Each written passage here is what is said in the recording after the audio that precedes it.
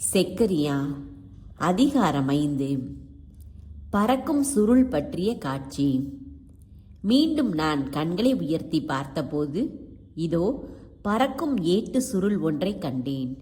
நீ காண்பது என்ன என்று அத்தூதர் என்னை கேட்க, நான் பறக்கும் ஏட்டு சுருள் ஒன்றை காண்கிறேன். அதன் நீளம் 20 முழம், அகலம் 10 முழம் என்று பதிலளித்தேன். அப்பொழுது அவர் என்னிடம், அனைத்துலகின் மீதும் விழுகின்ற சாபமே இது. ஒரு புறம் எழுதியுள்ளபடி திருடன் எவனும் இங்கிருந்து ஒழிக்கப்படுவான், மறுபுறம் எழுதியுள்ளபடி பொய்யானை இடுகிறவன் எவனும் தண்டனைக்கு தப்பவே மாட்டான். நான் அந்த சாபத்தை அனுப்புவேன் என்கிறார் படைகளின் ஆண்டவர். அது திருடரின் வீட்டிற்குள்ளும் என் பெயரால் பொய்யானை இடுவோரின் இல்லத்திற்குள்ளும் நுழைந்து அவரவர் வீட்டில் தங்கி மரங்கள் கற்கள் உட்பட அவ்வீட்டையே அழித்துவிடும். மரக்காலுக்குள் பெண். பின்பு என்னோடு பேசிக்கொண்டிருந்த தூதர் வெளியே வந்து என்னிடம், உன் கண்களை உயர்த்தி அங்கிருந்து வருவது யாது என்பார் என்றார். அது என்ன என்று நான் திருப்பி கேட்க, வெளிவரும் ஒரு மரக்கால் என்றார்.